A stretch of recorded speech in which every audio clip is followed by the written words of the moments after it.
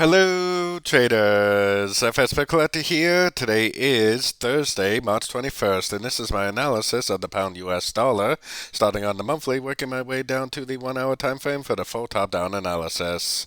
So on the monthly, I'm still very confident in this uptrend. I still think this is going to continue to trend up on the monthly. I still think it's going to go up and eventually take out these highs, probably still go up to one of these higher Fibonacci extension levels. Now this is the monthly time frame, so that's going to take a very, very long time to play out. Going down to the weekly, I still think this is a running flat right here. I think this is a wave 1, 3 waves down A, 3 waves up B, 5 waves down C, higher high wave B, higher high wave C. Definitely fits the characteristics for a running flat in my book. If that's the case, then this would be a 1. Now the question is whether the wave 2 is over. A lot of the dollar pairs do kind of look to me like they could go down, make a bigger wave 2 before they actually go up and make that wave 3. So we definitely need to keep an eye on these things. The wave 3 could already be going. I mean, it could already be a 1, 2, and it could just keep on going up for a wave 3. So we definitely want to keep our eyes on shorter time frames to see if we can find evidence of either scenario.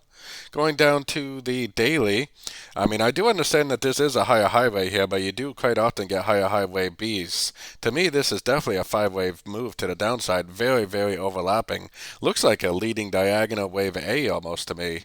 And this looks like 3 waves up to me, which makes me think that this still could be a wave B, and that this could actually go down to make a wave C to finish the wave 2 before it actually does go up for that big wave 3.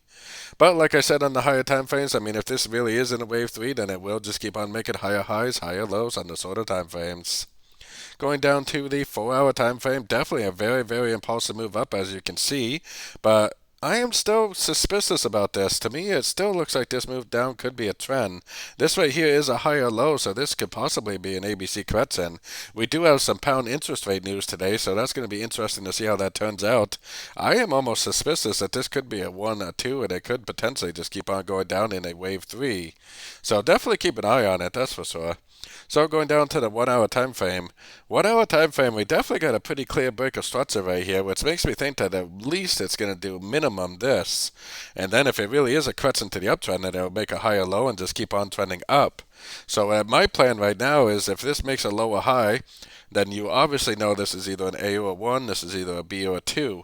And then you could go short at the end of the wave B or 2, and then if it goes down, makes a wave C, breaks structure to the upside, you could exit your short and go long for the continuation of the uptrend.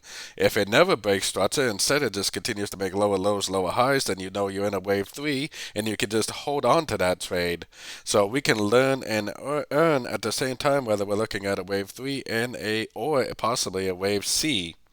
Which for me, learning and earning at the same time is definitely the best way to go, because we don't really necessarily have to know whether this is an ABC to make money. If we go short at the end of the wave B or 2, we'll learn and earn at the same time whether we're looking at a wave 3 or a wave C.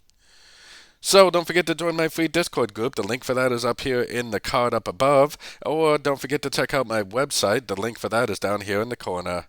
As always, thanks and happy trading.